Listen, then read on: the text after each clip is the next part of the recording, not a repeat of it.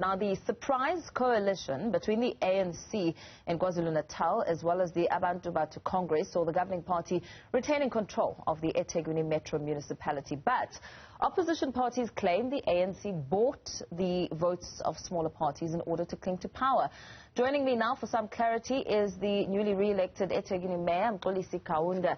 Mr. Mayor, very good morning to you. Thank you so much for your time. You've been re-elected. You've managed to win a very tense mayoral election finale. How does it feel? Thank you very much, Mpo, for having me in your program, and good morning to the viewers at home.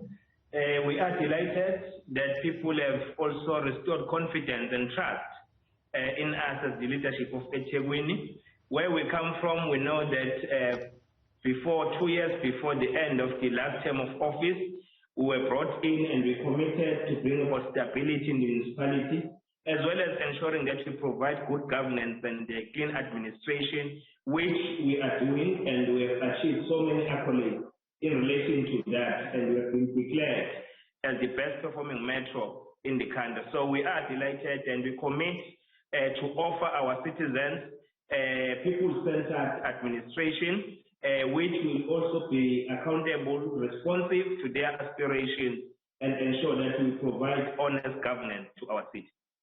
The ANC, Mr. Mayor, managed to just scrape through. There were many accusations, a lot of finger-pointing. What's your take on what transpired? Look, the message from the electorate was not ambiguous. It was loud and clear that there are certain things in terms of service delivery that we as a municipality, we need to pull our socks so that we become more responsive to the aspirations of our communities. And people have also shown us that they are withholding their votes because they want us to change the way we do things. We must unite as the ANC leadership and the ANC as an organization, and also fight corruption boldly enough so that we are able to root out the scourge of corruption. So those are the messages which we have received from our communities. Hence, we are saying we commit ourselves that we will be with them to expedite the programs of service delivery so that we can respond to their plight. Perhaps I may have been a little bit vague when I asked you what transpired in terms of the order of events. It really was a lot of tension, a lot of finger-pointing, accusations about underhanded tactics, cash for votes. Was money put on the table? Because you know, what the IFP is saying is that an agreement was in place with the smaller parties to vote with the ANC, but that's not exactly how it all played out. Was money put on the table? No, there was no money that was put on the table. What was put on the table was the interest of the people. The small parties realized that the ANC received majority, so they cannot betray the voters by supporting people who received smaller votes in the municipality. That's the first principal issue. Secondly, we have put it right on the public discourse that Mr. Mavunda has been put in the executive committee, and we made him a deputy mayor, so there's no money there. There's a position that has been offered to the smaller parties so that their voice can be heard. So that's what we did without using any money, but we committed ourselves to the smaller parties that will be working with them to expedite service delivery in their communities where they have their constituencies so that we can work together to change the people's life for the better.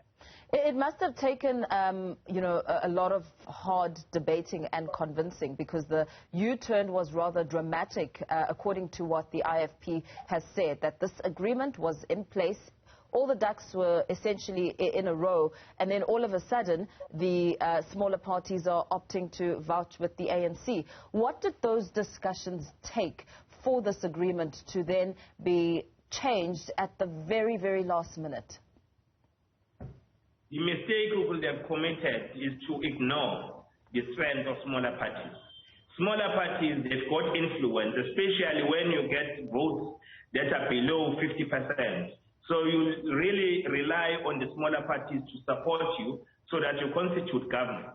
So that's what we did, and there was nothing unbecoming which we did, but it's to engage them politically, persuade them that we represent the aspirations of our communities. So therefore, the ANC received majority votes. How do you allow DA and their friends to move the ANC out of power when they received lesser votes? So that's what we did. And they charged their consciences to say that, yes, the ANC may have committed some mistakes, but the ANC has shown that it can really govern. Hence, we are being declared as the best performing metro in the country, which does not imply that we have rendered services to all our people. We still have to deal with the backlog of infrastructure, water, electricity, and sanitation. We still need to build more houses for those who do not have houses. We still need to continue to build an enabling environment for investors to continue investing in our city. And there is positive trajectory in our economy because we are not losing investors. Instead, we are bringing more investors to this city so that we can be able to industrialize and create more jobs for our youth.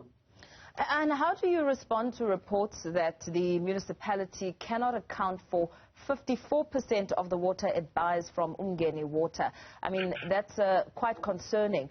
What sort of strategies are in place to reverse this, or perhaps really get the clarity that's needed to ensure that the people of the municipality indeed benefit? Yeah, we are already on the ground when it comes to that. We've been moving all around. We've got operation group which we developed on a weekly basis. Our multidisciplinary teams, they go all out to different wards to look for sewer spillages, to look for water leaks, to look for potholes, so that we are able to fix the infrastructure, so that we do not have these leakages, which result to the wastage in the people's pets. So therefore, we are confident that coming back to this municipality, we are not new. We have put plans. Those plans have already started to be implemented, but we want to expedite them. Hence, we are not going to tolerate employees who are going to be lazy, who are going to be playing with the opportunity that they've been given to serve the people. So they must resign or take early pensions if they are no longer prepared to work tirelessly to change the lives of our communities for the better. Part of the other problem, Mr. Kaunda, is that cadre deployment has come out as a concern that's been raised, and the other problem of the power struggles within the municipality, the very deep divisions which essentially result in the functions of the municipality not being able to perform at the optimum level, and the people and the community being left to fend for themselves because of the upper level discussions and power wars that are at stake. What's your plan when it comes to that, the factional battles? Surely that is a concern when it comes to delivering the very services that are needed. In eThekwini, there is a lot of improvement that we have observed towards the 2 years towards the end of the term of office. The caucus of the ANC became stable. We started to work together. We also brought about a culture of doing work in the municipality. All employees are hard at work, most of them, because we are now saying they must leave their offices with their comfort zones and air conditioning offices to go out there and resolve challenges of the people. And we walk that journey with them as politicians. So there is a sense of relative stability in the municipality. But there's nothing wrong with cadre deployment, and I think people have been distorting cadre deployment, because if you want to deploy a cadre, you look at the capacity, capabilities, and expertise of that cadre, so that when that cadre gets deployed, execute the ANC policies and programs. So there's nothing wrong at all with cadre deployment, because you deploy somebody through the merit, through the expertise that somebody can present, so that we can take the agenda of the ANC to transform the people's life and make them feel that they do enjoy better life. So you need cadres, because a cadre, a website that says cadre, is somebody who has been groomed, who has been nurtured by the African National Congress, who has reached a stage of understanding the policies of the ANC and its own programs, so that when he or she gets deployed to any strategic area of deployment, that individual is able to take the ANC agenda forward. Let's go back perhaps to the announcement and the concerns that were raised about the recent amendment to the Municipal Structures Amendment Act. Some political parties have said that this amendment could indicate that national government may have preempted and strategically pushed it through to benefit the ANC, which is why you find yourself re-elected. What do you say to that? No, when you look at how to amend the acts and the bills, the objects of that bill must really respond to the challenge that you want to turn around. Some of these challenges is that the act must be able to enable a government to be constituted in a proper manner, so that you do not have people with smaller votes trying to take over the government with those smaller votes, but you must allow that the process where somebody really received the majority votes from the public can enjoy working with other parties the support that is required to constitute government. Because this should not become a stock fair where people, they just meet or whether they buy each other so that they can kick the ANC out of power. We did not kick anyone out of power. We remain in a position which we occupied as African National Congress, and we are going to serve our people with diligence that it deserves. But the timing of this act and the way it was pushed through, is there nothing untoward about the timing? It came through at the perfect time to help you when you really needed it, especially as the situation and the concessions of the eThekwini municipality unfolded. No, it has got nothing to do with us to get into positions of power, because remember that the government has also been processing many bills. So there is a backlog in terms of the bills that are processed by Parliament. So when it gets delayed, it doesn't then get into the prospect of any party to benefit from that. But it's a process that needs to be thorough from Parliament for consultations and allow people to make their input. That on its own is a long process, which then results to the approval of the bill. So there was nothing untoward that has happened here. That's how bills get processed. And very quickly, if you may, the Action SA and other parties have called for the report on the interruption of the processes that we saw unfolding on Monday. What is your response to that? I mean, a lot of accusations have been thrown out at, the Action SA wanting to know who got the tender for that marquee and the questions around the power outage. Yeah, the Action SA, I think they must cool themselves down. They must try and understand how the government works. It's not just an easy terrain. So for them to familiarize themselves with how things are done, we as politicians, we don't get involved in appointing service providers. That's the first thing. So if they believe that the mayor or any one of us has been involved in appointing a service provider who will come and collapse the meeting, that is not true.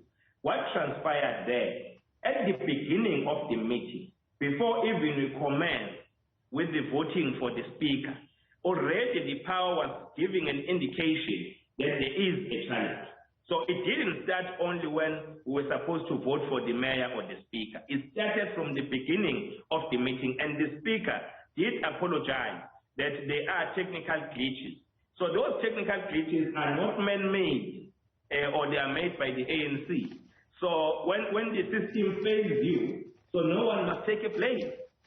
Even yesterday at to the International Convention Center, we started by experiencing challenges of microphone. So was there anyone who was involved in interrupting the council? No, the answer is no. So people should not put reasons why they were defeated.